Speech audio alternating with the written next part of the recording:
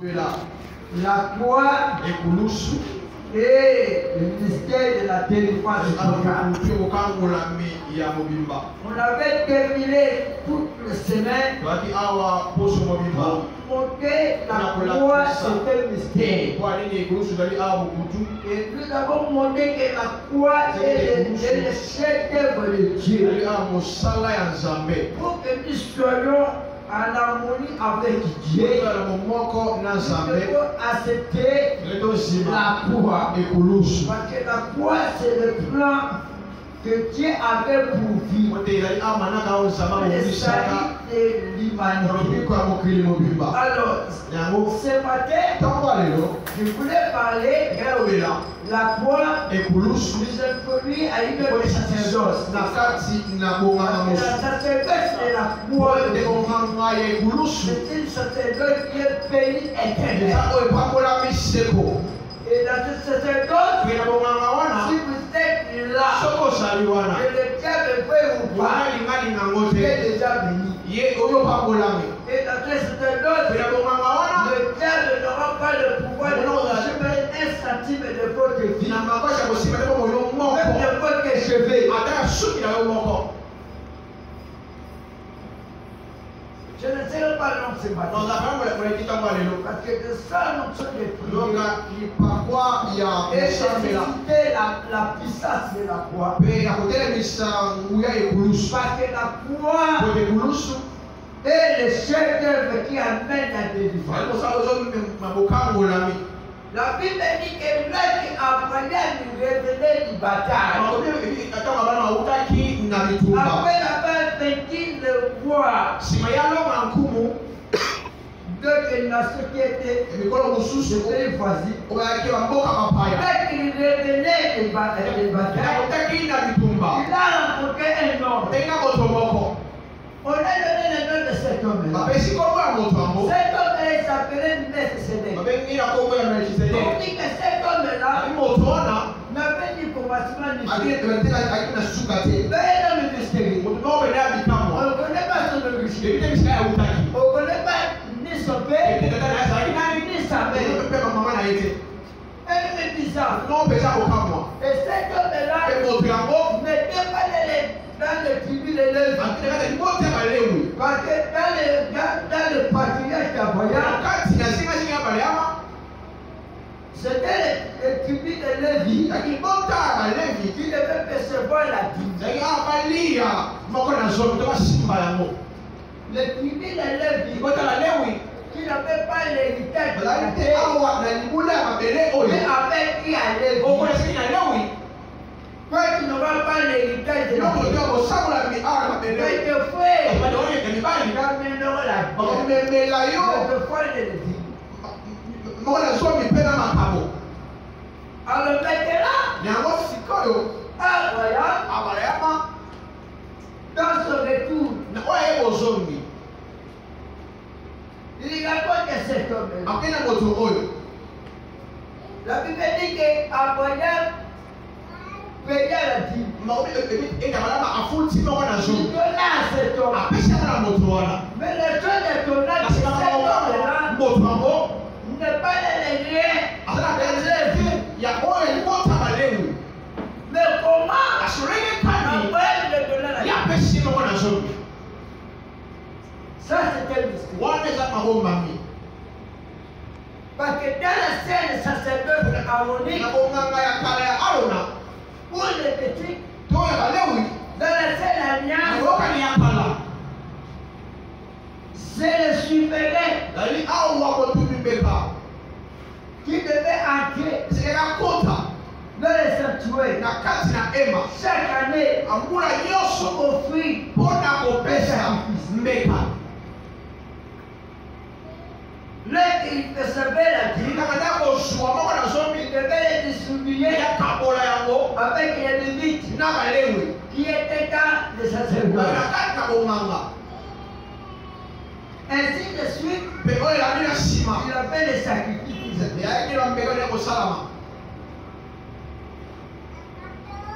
Mais ici, nous voyons une petite dimension ordinaire.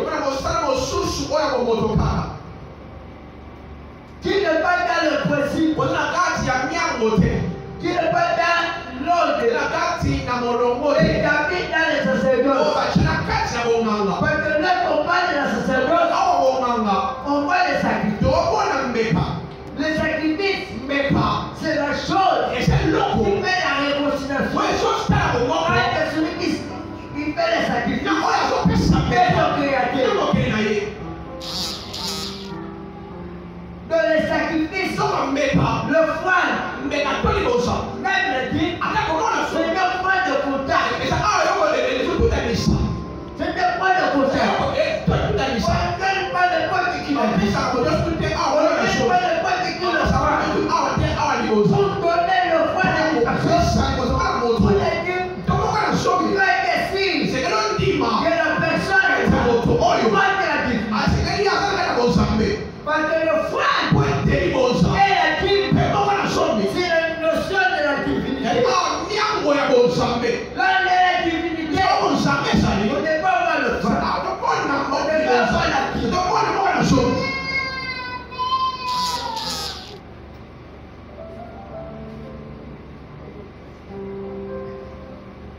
Est-ce que l'église me dit que tu veux parler de choses? On n'a pas toute l'habitude de parler. C'est plein de richesses. Il veut que ça. Parce que le salut aujourd'hui a une autre forme. Ne prenez pas le salut dans comme il faut le salut. Parce que le salut de la Sainte Alliance, c'est un nombre de choses à venir. Parce qu'aujourd'hui, tu pries, tu fais les sacrifices. Comme dans la Sainte Alliance, il te dit que tu es le temps. La nuit du matin, si tu n'es pas de ça le soir, c'est-à-dire, vous avez les circonstances de la provision. La nourriture du matin, si tu n'es pas dans le soir, c'est-à-dire que tu es manqué. Si tu vas quelqu'un le soir, prends le dîner, on appelle de pas le souper.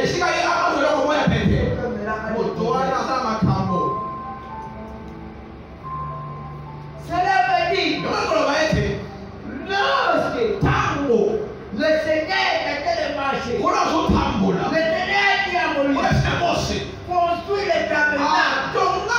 C'est le modèle que tu as mis dans la montagne. En principe, dans la montagne, on ne voyait pas les tabernacle.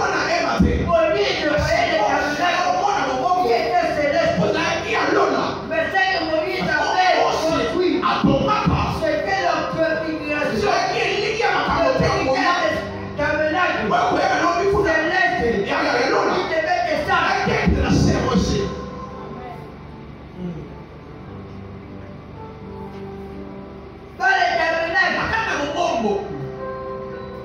Il avait quoi? Le papier c'était le laisser et le caisse. Le papier c'était la loi expiatoire. Pour toute personne devait aller faire l'expiation. De plaider pour ce péché. Et ce purgatoire là, la personne qui devait aller plaider pour ce péché devait amener le bétail.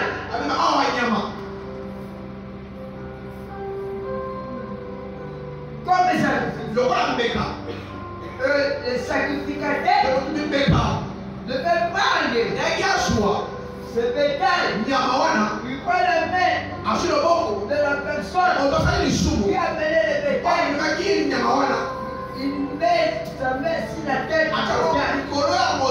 Le sacrificateur va prier, demander le pardon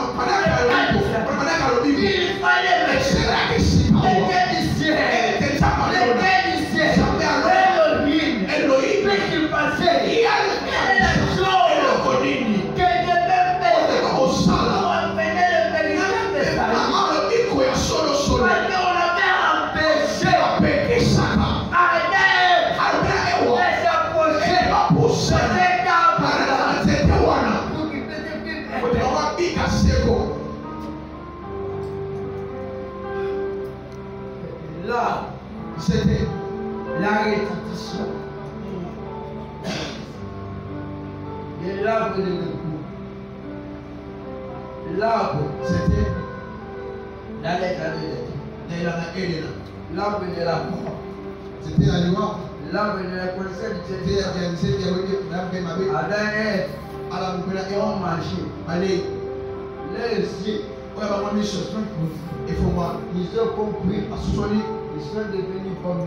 Parce que le diable les avait dit. Le jour que vous allez manger, vous serez comme nous. Et ce jour-là, le diable c'était pas le moment. La terre est le mystère. Le diable a précipité les choses. Il est ici. Spirituel. Il n'était pas avec. Les esprits étaient dans le